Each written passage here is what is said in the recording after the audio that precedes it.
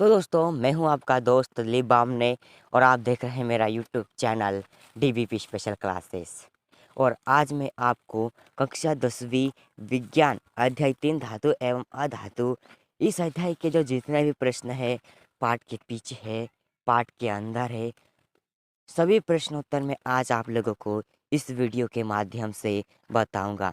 आपके सभी प्रश्नों का उत्तर आपको इस वीडियो में मिल जाएगा। आपको किसी दूसरे वीडियो देखने की कोई ज़रूरत नहीं है। तो दोस्तों अभी अभी तक आपने हमारे यूट्यूब चैनल को सब्सक्राइब नहीं किया है तो प्लीज़ कर लीजिए। इसी तरीके के और भी वीडियो में आप लोगों के लिए लाता रहूँगा। तो चलिए दोस्तों आज तो जो सबसे पहला प्रश्न है, ऐसे धातु का उदाहरण दीजिए जो यहाँ पर 4 प्रश्न दिए हुए हैं। कमरे के ताप पर द्रव होती है। दूसरा, चाकू से आसानी से काटा जा सकता है। तीसरा, ऊष्मा की सबसे अच्छी चालक होती है। चौथा, ऊष्मा की कुचालक होती है। तो दोस्तों इन सबका प्रश्न ये रहा। प्रश्न 4 के पहला प्रश्न का उत्तर पारा Hg, दूसरे का उत्तर सोडियम Na, तीसरे का उत्तर सिल्वर या चांदी Ag, चौथे का उत्तर पारा या सीसा Hg और Pb। तो दोस्तों यहाँ पर दूसरा प्रश्न देख सकते हो।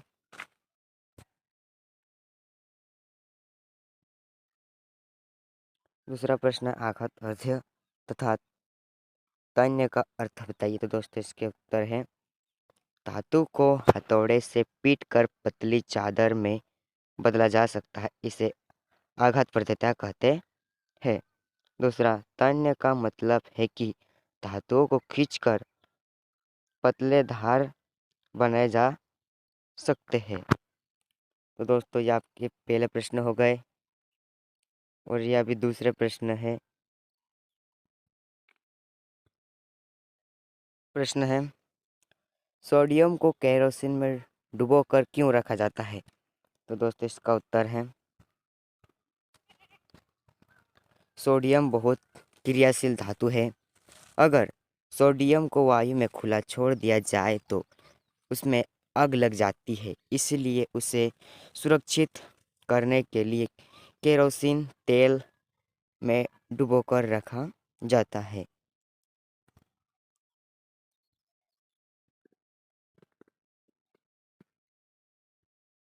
प्रश्न दूसरा है, इन अभिक्रियाओं के लिए समीकरण लिखिए। तो दोस्तों पहला है माप के साथ आयरन, दूसरा जल के साथ कैल्शियम तथा पोटेशियम। तो दोस्तों इन प्रश्नों का उत्तर आप इसी प्रकार से लिख लीजिए।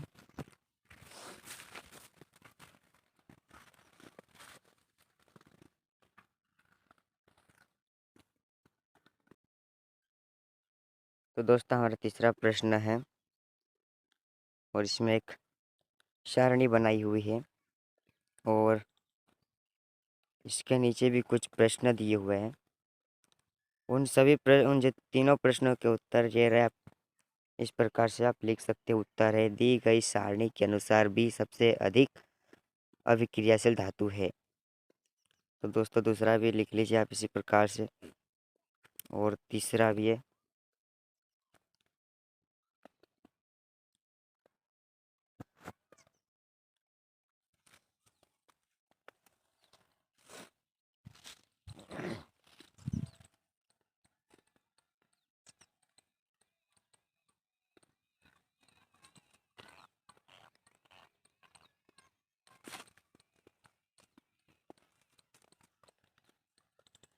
प्रश्न 4, अभिक्रियाशील धातु का तनु हाइड्रोक्लोरिक अम्ल में डाला जाता है तो कौन सी गैस निकलती है। आयरन के साथ अणु H2SO4 के रासायनिक अभिक्रिया लिखिए। तो दोस्तों इसका उत्तर हाइड्रोजन गैस उत्पन्न होती है और यह इसकी अभिक्रिया है। इसको इसी प्रकार से लिख लीजिए।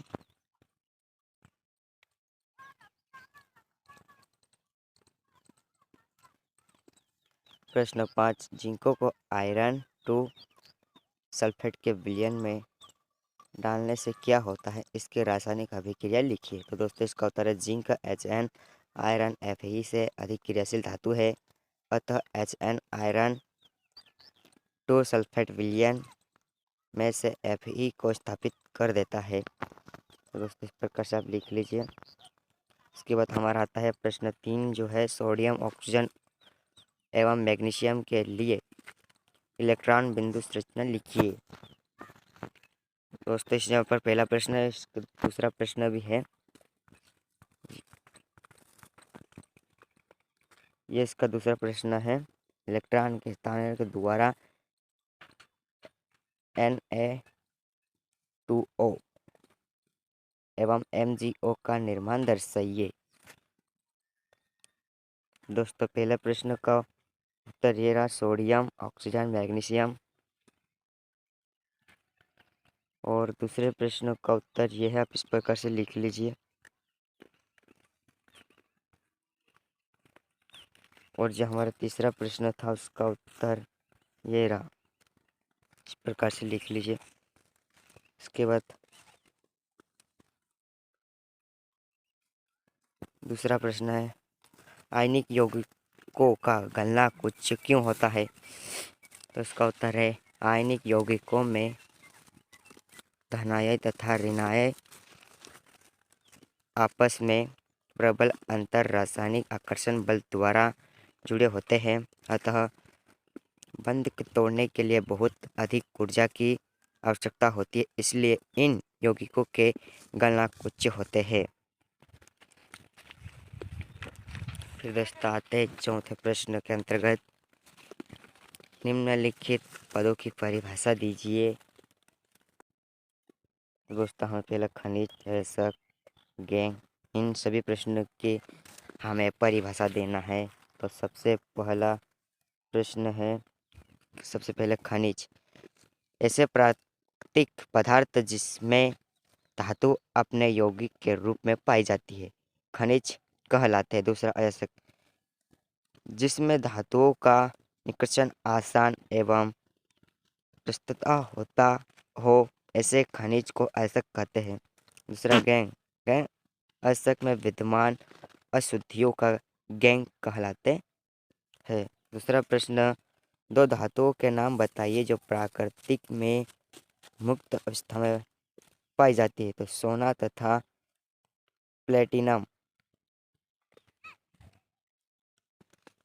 प्रश्न तीसरा, धातु को उसके ऑक्साइड से प्राप्त करने के लिए किस रासायनिक प्रक्रम का उपयोग किया जाता है। तो दोस्तों इसका उत्तर है कम क्रियाशील धातु के ऑक्साइडों को केवल गर्म करके संगत धातुओं में अपचयित करते हैं।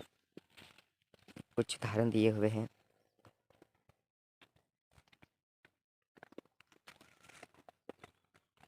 और इसका उत्तर जो यहाँ तक आ रहा है। और दोस्तों ये भी इसी का ही उत्तर है। सक्रियता श्रेणी के बीच में स्थित धातुओं में ऑक्साइडों को कार्बन के साथ गर्म करके धातुओं में उपचयित होते हैं। दोस्तों इसको उदाहरण द्वारा भी समझाया गया है, इसी प्रकार से लिख ले। इसके बाद हमारा प्रश्न 5 में सारणी दी हुए है और इसके अंतर्गत हमें प्रश्न दिए हुए हैं। और ये उत्तर, इसका उत्तर पॉइंट में दिया हुआ है। पहला पॉइंट, दूसरा, तीसरा, 3 पॉइंट में दिया हुआ है इसका उत्तर। आप इसी प्रकार से लिख लीजिए। जिंक ऑक्साइड तथा मैग्नीशियम के बीच विस्थापन अभिक्रिया होगी। दूसरा, कॉपर ऑक्साइड तथा जिंक मैग्नीशियम के बीच विस्थापन अभिक्रिया होगी। तीसरा, कॉपर ऑक्साइड तथा मैग्नीशियम के बीच विस्थापन अभिक्रिया होगी। उदाहरण द्वारा भी समझ। दूसरा प्रश्न, कौन सी धातु आसानी से संचरित नहीं होती। इसका उत्तर गोल्ड तथा प्लेटिनम। इस धातु क्या होते हैं। तो दोस्तों इसका उत्तर है किसी धातु का अन्य धातु अथवा अधातुओं के साथ समांगी मिश्रता या मिश्र धातु कहलाते हैं, जैसे पीतल, कॉपर तथा जिंक के मिश्र धातु है। तो दोस्तों इसके बाद हमारे जो अध्याय के सबसे पीछे प्रश्न दिए है वह प्रश्न आ गए हैं अभ्यास प्रश्नोत्तर सहित। दोस्तों पहला प्रश्न, निम्न में से कौन सा युग स्थापित अभिक्रिया प्रदर्शित करता है? तो दोस्तों इसका उत्तर है डी आखिरी वाला, AgNO3 नियम एवं कॉपर धातु। इसी प्रकार से दूसरा है, इसका उत्तर भी आप लिख लीजिए। दूसरे का उत्तर है पेंट लगाकर। तीसरे का उत्तर कैल्शियम। चौथे का उत्तर सी, टिन की अपेक्षा जिंक अधिक क्रियाशील है। के बाद हमारा प्रश्न 5वां के अंतर्गत प्रश्न है। पहला प्रश्न है, इनका उपयोग कर धातुओं एवं अधातु के परमाणु के बीच आप विभेद कैसे कर सकते हैं? और उसका दूसरा प्रश्न है बी वाला, धातु एवं अधातु में विभेद के लिए इन परीक्षणों की उपयोगिताओं का आकलन कीजिए। तो दोस्तों पहले प्रश्न का उत्तर जो हमारा प्रश्न ए था, एक का उत्तर ये रहा, इसी प्रकार से लिख लीजिए।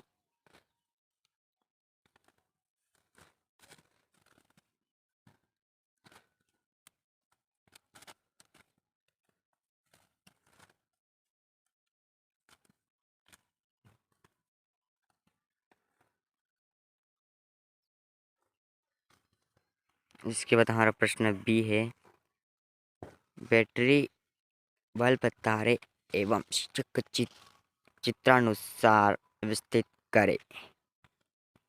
दोस्तों यहाँ पर इसका चित्र बना हुआ बैटरी का बना सकते हो। जांच के लिए धातु का टुकड़ा, चार्ज, बैटरी, बल्ब, इस प्रकार से। और ये रहा इसका उत्तर।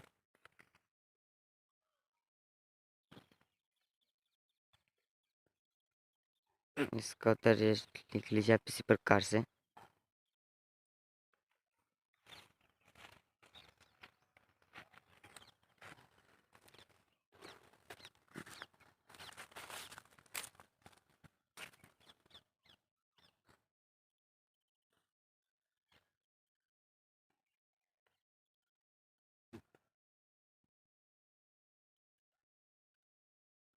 प्रश्न 6, उभयधर्मी ऑक्साइड क्या होते हैं? 2 उभयधर्मी ऑक्साइडों का उदाहरण दीजिए। दोस्तों इसका उत्तर है, उभयधर्मी ऑक्साइड ऐसे ऑक्साइड जिनकी प्रकृति अम्लीय तथा क्षारीय दोनों होती है, उभयधर्मी ऑक्साइड कहलाते हैं। ये अम्ल तथा क्षार दोनों के साथ क्रिया करके लवण और जल बनाते हैं। जिंक ऑक्साइड, एल्यूमीनियम और एल्यूमीनियम ऑक्साइड उभयधर्मी ऑक्साइड है। और इसके उदाहरण भी दिए हुए, आप इसी प्रकार से लिख लीजिए।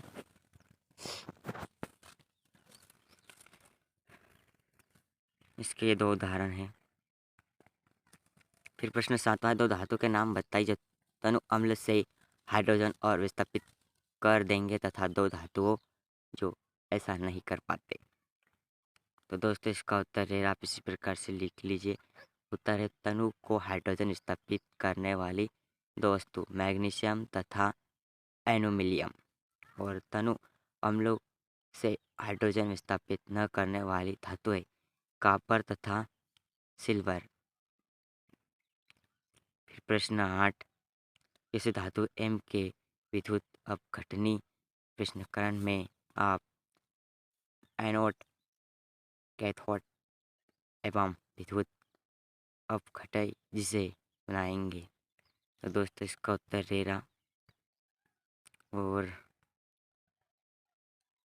इसका उत्तर ये रहा। प्रश्न 9 के अंतर्गत कुछ प्रश्न दिए हुए हैं। और ये प्रश्न प्रश्न दिए हुए हैं।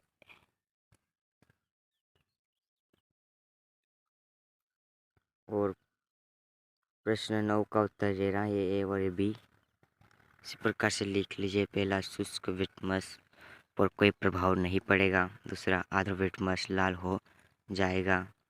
मतलब इसी प्रकार से लिख लीजिए।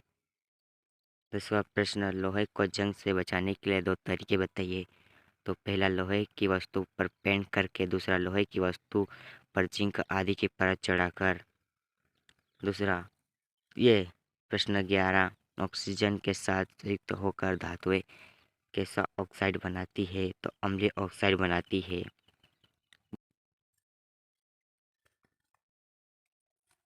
प्रश्न 12, कारण बताइए। प्रश्न 11 के अंतर्गत प्रश्न दिए हुए हैं 4 ABCD। प्लेटिनियम सोना एवं चांदी का उपयोग आभूषण बनाने के लिए किया जाता है। दोस्तों, इसका प्रश्न है, प्लेटिनियम सोना तथा चांदी का उपयोग आभूषण बनाने में किया जाता है क्योंकि ये क्रियाशील धातुएं आसानी से संक्षारित नहीं होते। दूसरा प्रश्न बी, सोडियम, पोटेशियम एवं लिथियम को तेल के अंदर संग्रहित किया जाता है। दोस्तों, बी का उत्तर है सोडियम, पोटेशियम तथा लिथियम अत्यधिक क्रियाशील धातु है। इन्हें वायु में खुला छोड़ने पर यह नमी से क्रिया करके आग पकड़ लेती है, इसलिए उन्हें केरोसिन के तेल के अंदर संग्रहित किया जाता है। प्रश्न सी, एल्यूमीनियम अत्यधिक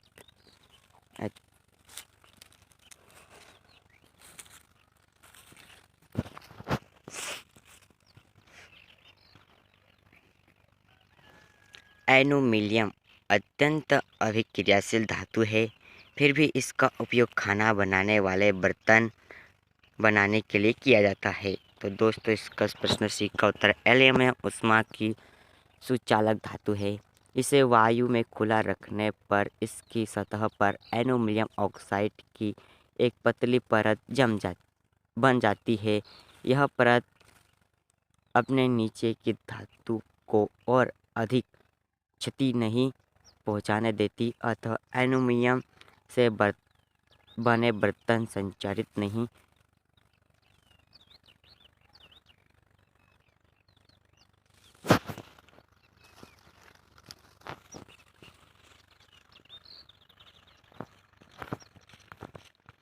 प्रश्न डी, प्रश्न डी का उत्तर है, आप इसी प्रकार से लिख लीजिए।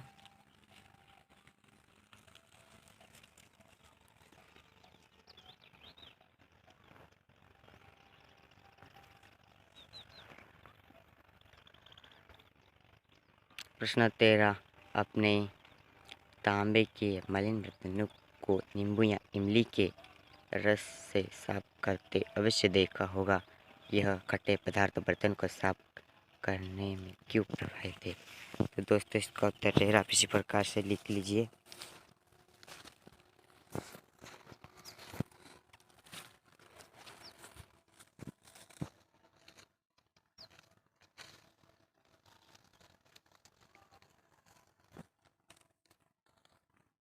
प्रश्न 14 में एक सारणी दी हुई है, गुण धातु अधातु। इसमें अंतर है, इसमें ये इसका अंतर है गुण अधातु अधातु में ये अंतर है। आप इसी प्रकार से लिख लीजिए। पहला अंतर, दूसरा अंतर, तीसरा, चौथा अंतर दिया हुआ है। फिर इसके बाद आता है प्रश्न 15 और प्रश्न 15 का उत्तर, प्रश्न 15 का उत्तर दे रहा। प्रश्न 16 का उत्तर इस प्रकार से लिख लीजिए।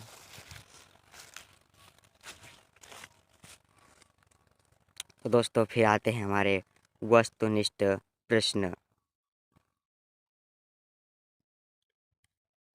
पहला रिक्त स्थान है, पृथ्वी पर सबसे अधिक पाए जाने वाली वस्तु एल्यूमीनियम है।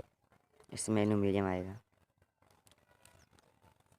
दो लोहे को अर्धवायु में जब अधिक समय तक खुला छोड़ देते हैं तो उनकी, तो इसका उत्तर आएगा क्षारित हो जाती है और इसका घटना को क्षारत कहते हैं। तो दोस्तों यहाँ पर आप सभी प्रश्न दे लिख लीजिए इसका उत्तर।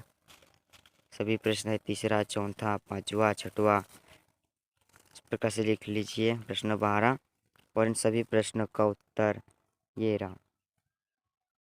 तीसरा, चौथा, पांचवा, छठवा, इसी प्रकार से इन सब का उत्तर लिख लीजिए। जिसके बाद आता है हमारा बस सत्य असत्य प्रश्न दिए हुए, पहला, दूसरा, तीसरा, चौथा, पांचवा, छठवा, सातवां। इस प्रकार से आप वीडियो रोक कर प्रश्न लिख लीजिए और ये रहा इनका उत्तर। पहला सत्य, दूसरा सत्य असत्य, चौथा सत्य, पांचवा सत्य, छठवा सत्य, सातवां सत्य, आठवां सत्य, नौवां सत्य, 10वां सत्य, 11वां सत्य, 12वां सत्य।